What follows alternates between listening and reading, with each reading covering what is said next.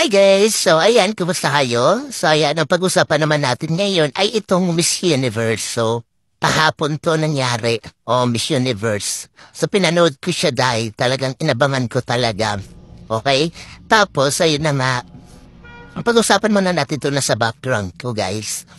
So, ang may nakapost daw to, kalat na kalat to yun, diba, sa Facebook, sa IG, sa Twitter, lahat. Kalat na kalat talaga tong ito na to. Tapos, ayun na nga, 10 minutes bago tawagin yung top 5, ay, bago magtawag sa atin nung, tawag sa, paano ba?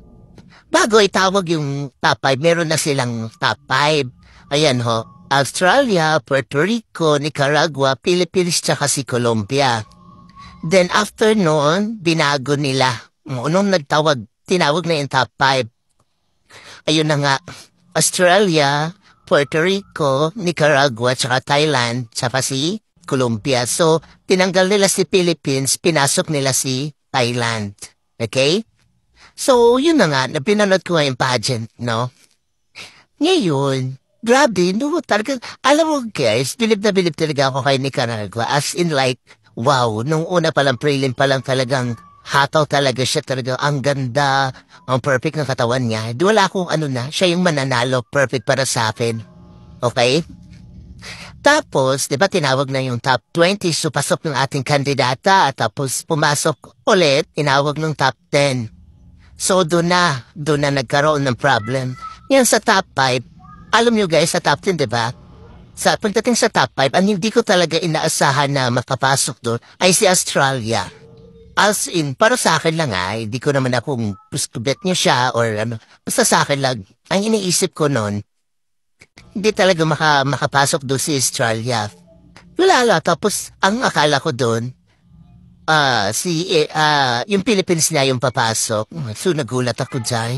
Unang tinawag si Australia. So ko, bakit? So ayun na. Tapos sinundan na kaagad ni, Puerto Rico. Tapos, napagitna si Nicaragua. Sabi ko, wow, wala na. Winner na si Nicaragua, pinagitna na nila. Ganon nangyari. Kasi diba kay Pia din, ginitna din nila. Tapos yung kay Catriona, nakagitna din si Catriona nun. Tapos kay Nicaragua, nakagitna din siya. So, wala lang nakapansin. Pero, laging ganon yung nangyayari. Tatawagin, tas gigitna nila, tas tawagin ulit yung iba. Okay?